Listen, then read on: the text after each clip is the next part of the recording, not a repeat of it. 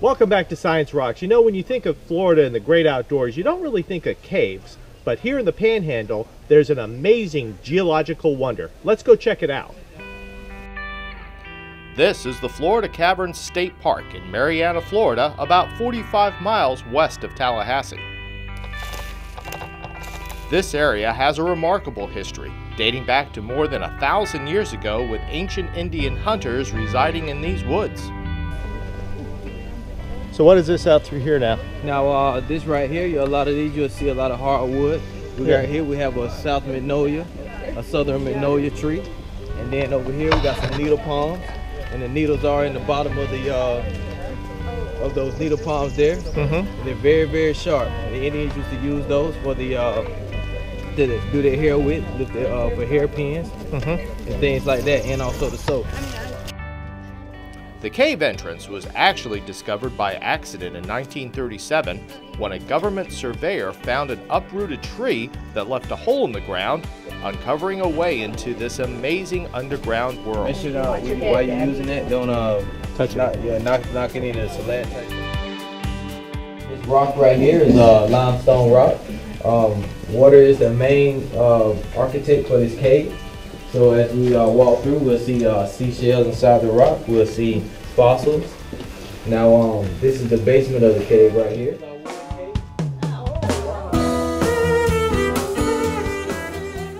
The cave features more than 2 acres of winding passages that have some incredible geological wonders and some interesting nicknames. You'll see we have some soda straws. Now, now the reason why we call these soda straws is because they are hollow in the middle, and once they cap off and get bigger, that's when they turn into stalactites. Now, how you remember stalactites? They hang tight to the ceiling.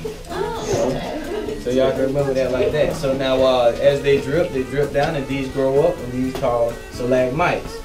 Now, I remember stalagmites, you might trip over.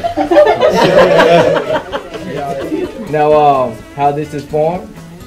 Water saturated with minerals runs down side of the cave wall, does that for a very, very long time, and then that's how you get this cave curtain, cave drapery, ribbon, or bacon, whatever you want to call it.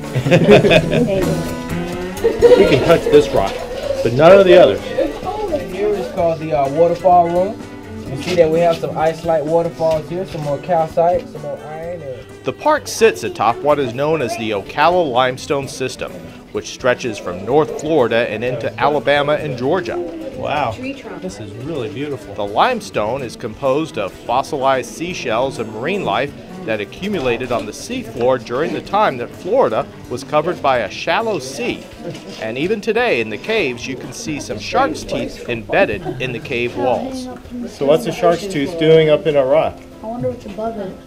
Well, you know, just like we do, we lose teeth. I mean, just like us, shark lose teeth, so it just got embedded in the rock. A group of young men called a gopher gang, they would come down and excavate this part of the cave out.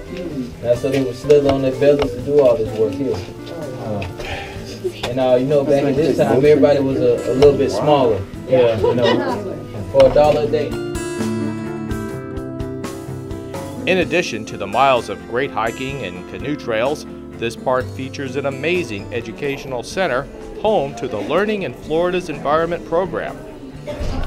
Young visitors can enjoy hands-on activities sponsored by the Florida Public Archaeology Network from the University of West Florida. And we are reaching out to the public and telling you about archaeology and how that deals with the caves. And how can you relate that to little kids like this? We do activities that are more hands-on, and so kids are able to relate to that. Okay. And especially with our educational type collection that we bring, they're able to hold something more solid, and they're able to relate to it more. Okay. And be like, oh, this was actually a thing, and so they're able to relate. Like putting together a puzzle. Exactly. So another great Florida adventure on Science Rocks. Stay tuned for more after the break.